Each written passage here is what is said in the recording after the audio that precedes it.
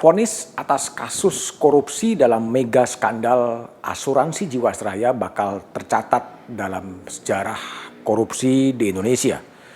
Para terdakwa divonis seumur hidup dan diwajibkan membayar uang pengganti 16 triliun rupiah. Media massa dan organisasi anti korupsi menyambut baik putusan hakim tersebut. Tajuk Rencana Kompas 28 Oktober 2020 menulis putusan majelis seakan menjadi pelepas dahaga saat kerongkongan pemberantasan korupsi di negeri ini nyaris kering. Aktivis Indonesian Corruption Watch Kurnia Ramadana menyebut inilah uang pengganti terbesar dalam sejarah korupsi di Indonesia. Majelis Hakim Pengadilan Negeri Jakarta Pusat memvonis hukuman seumur hidup untuk Direktur Utama PT Hanson International Beni Cokrosaputro yang sering disebut sebagai geng Solo dengan hukuman seumur hidup dan membayar uang pengganti 6,078 triliun. Hakim juga memvonis Komisaris PT Trada Alam Minera Heru Hidayat dengan vonis seumur hidup dan membayar uang pengganti 10,7 triliun rupiah. Total uang pengganti yang harus dibayarkan sebanyak 16 triliun. Jumlah terbesar dalam sejarah penggantian uang pengganti di korupsi di Indonesia. Keduanya terkait dengan kasus gagal bayar asuransi Jiwasraya. Keduanya juga dihukum karena dianggap menggunakan keahliannya untuk merusak pasar modal dan dunia asuransi di Indonesia. Selain Beni dan Heru, Majelis Hakim juga menghukum bekas Direktur Keuangan Asuransi Jiwasraya Heri Prasetyo dan bekas Direktur Asuransi Jiwasraya Hendrisman Rahim, Kepala Divisi Investasi dan Keuangan Jiwasraya Syamirgan dan Direktur PT Masima Integra Joko Hartono Tirto. Mereka juga dihukum seumur hidup.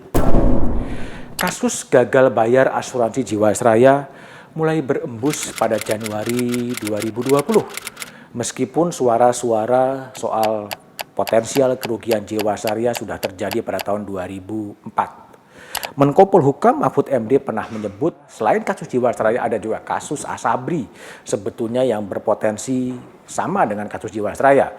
Namun sampai sekarang belum terdengar penanganan dari kasus Asabri itu.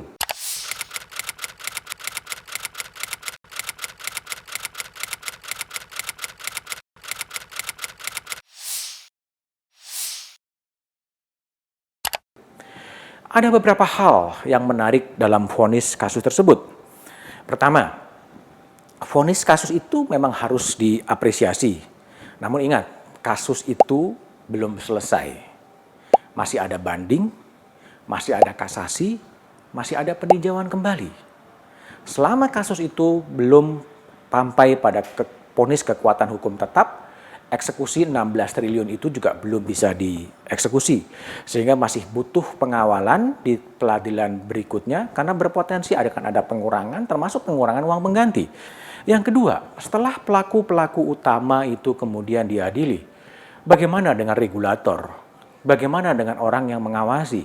Apakah tidak ada tanggung jawab terhadap kasus-kasus seperti itu? Kejahatan asuransi yang kemudian terkait dengan kejahatan pasar modal dan kemudian kejahatan korupsi. Yang ketiga, dan yang paling utama adalah bagaimana nasib pemegang polis. Nasib pemegang polis asuransi Jiwasraya. Mereka yang sudah menabung, mereka yang sudah mencicil, yang sampai sekarang belum bisa mendapatkan klaim atas polisnya. Ini yang perlu ada perhatian. Sudah ada komitmen dari pemerintah, dari Kementerian BUMN, tapi sampai sekarang belum sepenuhnya itu direalisasikan.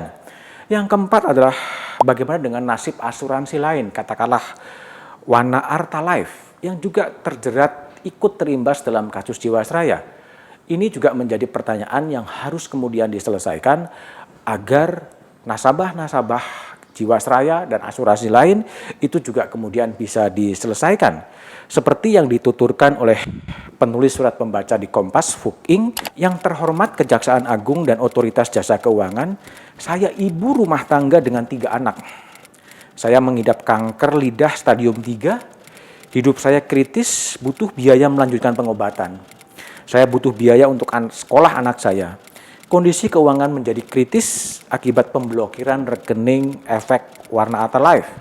Saya butuh mencairkan polis saya segera. Jika tidak, hidup saya akan pendek. Keluhan-keluhan seperti ini tentunya harus kemudian didengarkan. Vonis telah dijatuhkan pada pelaku-pelaku utama, tetapi bagaimana dengan nasabah-nasabah asuransi Jiwasraya, nasabah Warna Arta yang juga tetap menjerit karena polisnya belum bisa dibayar?